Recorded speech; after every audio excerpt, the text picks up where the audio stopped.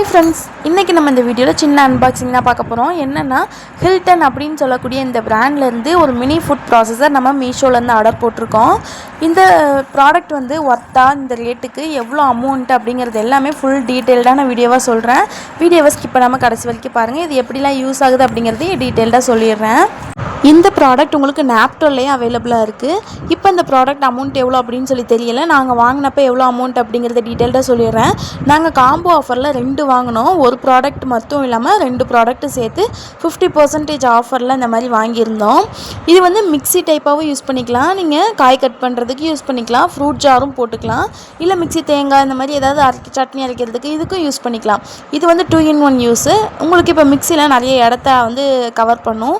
But இது வந்து அப்படி இல்லை. நீங்கள் மிக்ஸி வேணுன்னா மேலே இருக்கிறதையும், கீழே ஃப்ரூட்ஸ் கட் பண்ணுறதுக்கு, அப்படி இல்லாட்டி மாவு பிணையிறதுக்கு, அதுக்கு எல்லாமே கீழே இருக்கிற இந்த இதை யூஸ் பண்ணிக்கலாம்.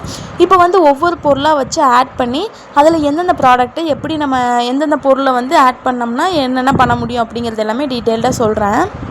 நான் இப்போ எடுத்துகிட்டு இருக்கேன் பார்த்தீங்களா, இன்னொரு அட்டைப்பெட்டியிலேருந்து ஒவ்வொரு பொருளாக, அது எல்லாமே ஒரு மிக்சிக்கு தேவைப்படுற பொருள். காய் வெட்டுறதுக்கு, மாவு பிணையிறதுக்கு, அது எல்லாமே எப்படி அப்படிங்கிறத நான் இப்போ தனித்தனியாக டீட்டெயில்டாக சொல்கிறேன் பாருங்கள். பல மணி நேரம் போராட்டத்துக்கு பின்னால் எந்தெந்த பொருள் எப்படி செட் பண்ணணும், எப்படி செட் பண்ணால் என்ன கட் பண்ண முடியும் அப்படின்னு சொல்லி ஒரு வழியாக போராடி கண்டுபிடிச்சிருக்கேன். எல்லாம் உங்களுக்காக தான். மறக்காமல் ஒரு சப்ஸ்கிரைப் பண்ணிடுங்க. நார்மலாக பார்க்கும்போது இந்த மிக்ஸி வந்து இப்படி தான் இருக்குது. இது கீழே வந்து இந்த ஒயர் கொடுத்துருக்காங்க. கொஞ்சம் லென்த்தான ஒயராக தான் கொடுத்துருக்காங்க. அந்த மிக்ஸி ஓடும்ல அந்த இடத்துல வந்து எலாஸ்டிக் மாதிரி இருக்குது. அந்த பிளாக் கலரில் இருக்கிற டியூப் மாதிரி கொடுத்துருக்காங்க. அதான் ரொம்ப நாளைக்கு நிலைக்கும் அப்படின்ட்டு. அப்புறம் ஆஃப் பண்ணுறது பல்ஸ் மோடு, லோ, ஹை அப்படின்னு சொல்லிட்டு 4 சுவிட்ச் இருக்குது.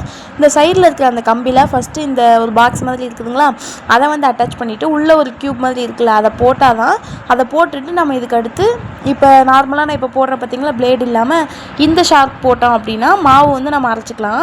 இதுவே நம்ம இதை எடுத்துகிட்டு இது வேணாம், எனக்கு மாவு அரைக்க வேணாம், காய் வெட்டணும் அப்படின்னு சொன்னீங்கன்னா இந்த ஷார்ப்பாக இருக்குது பார்த்தீங்களா, பிளேடு மினுங்கும் பாருங்கள். இப்போ எவ்வளோ ஷார்ப்பாக இருக்குது அப்படிங்கிறது உங்களுக்கு தெரியும். நீங்கள் அதை போட்டுட்டு சுவிட்ச் ஆன் பண்ணிங்க அப்படின்னா உங்களுக்கு வந்து காயெல்லாம் சின்ன சின்னதாக சாப் பண்ணி கொடுத்துரும். இல்லை நீங்கள் வெங்காயம்லாம் ரொம்ப நேரம் உரிக்க தேவையில்லை, சீக்கிரமாகவே வெட்டி உங்கள் கையில் கொடுத்துரும். இப்போ நான் காட்டுறேன் பார்த்தீங்களா, அது வந்து எக் பீட் பண்ணுறது. இதில் வந்து எக்கெல்லாம் நீங்கள் பீட் பண்ணணும் அப்படின்னா அந்த கேக்குக்கெலாம் நார்மலாகவே பீட் பண்ணுவாங்கள்ல, அந்த பீட்டர் இல்லாமல் இதுலேயும் போட்டு நீங்கள் பீட் பண்ணிக்க முடியும். இவ்வளோ நேரம் நீங்கள் பார்த்தது எல்லாமே சாதாரண விஷயந்தான்.